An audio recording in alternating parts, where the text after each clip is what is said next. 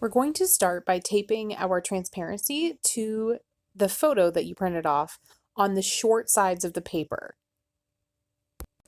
Make sure that half of the masking tape goes on the transparency sheet and the other half of the tape wraps around and sticks to your photograph. Regardless if your photo is going portrait or landscape wise, you are going to put the masking tape on the short sides. Having the longest sides open is going to be important because that is the side where we're going to slip in the scrap piece of paper that will help you to check your work along the way. So do not put any tape on this long edge. It's easiest to slide this scrap piece of paper in perpendicular to your photograph.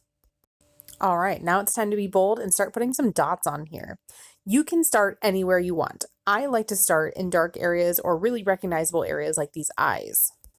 Keep that scrap paper handy because you're going to be using it frequently from this point on. Okay, the darkest part of this area is the center of the eye. So I'm going to start putting some small dots close together. I'm using small dots because it's a small area. You can use an ultra fine point Sharpie if you feel like you need a little bit more control. Check your progress frequently. Okay, it always feels really scary to start putting dots, especially in these areas that seem really light. The white of his eye, I'm not going to dot at all because that's white. Just like on your value scale, you leave it white. However, these really light gray areas, I am going to go ahead and dot them just like we did on the Ben-Day value scale. And I'm going to really spread those dots out. I always call this like the Band-Aid texture. So I want to spread them out nice and even, leaving a nice sort of consistent white space around each of those dots. In these darker areas, like the eyebrows, I might use a bigger marker and then also put them closer together. Keep in mind, it's always easier to err on the side of making your values too light because it's a lot easier to go in and make things darker than it is to make things lighter. So you can gradually build up those values of gray. Notice how frequently I am checking my work. The size of the Sharpie that you're using depends on two factors. One, how big or how small is the area that you are filling in? If it's a really small area, you might need to use the ultrafine Sharpie. And then also, how dark is it? If you are filling in a really large, dark area, go for the bigger Sharpies. If you are filling in a small, really dark area, you might have to do that all with the ultrafine point Sharpie. Use whatever tool you feel is best for the job. The trick to shading this successfully with only dots is to frequently squint at your work. I know it sounds silly, but this allows you to blur those individual dots and see the bigger picture.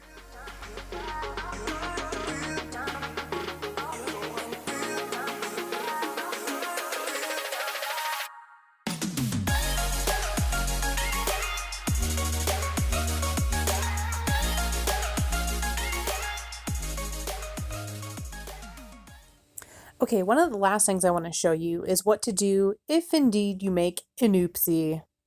If you make a mistake that you really can't live with, you can actually use a Q-tip with a little bit of rubbing alcohol to erase the permanent marker off of the transparency film.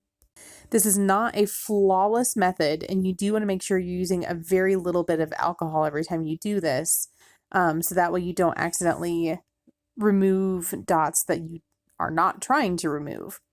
So I have the alcohol on one end of the Q-tip and the other end of the Q-tip is dry to help absorb the rubbing alcohol as well as the ink. This method does tend to leave a slight residue behind. You'll notice here it looks kind of bluish because it's picking up that really large, the ink from the very large Sharpie. So it has a very bluish tint to it. Not all the Sharpies look like that.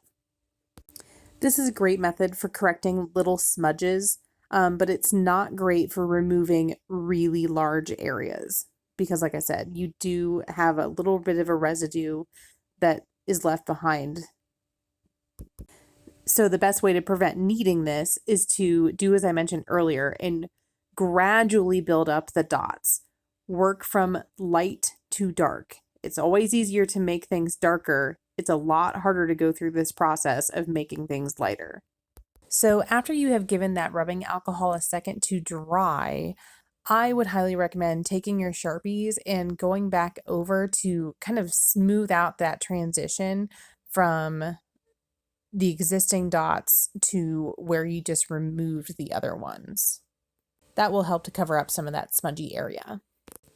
Well, it looks like that is it for my portrait, and now I need to move on to my background.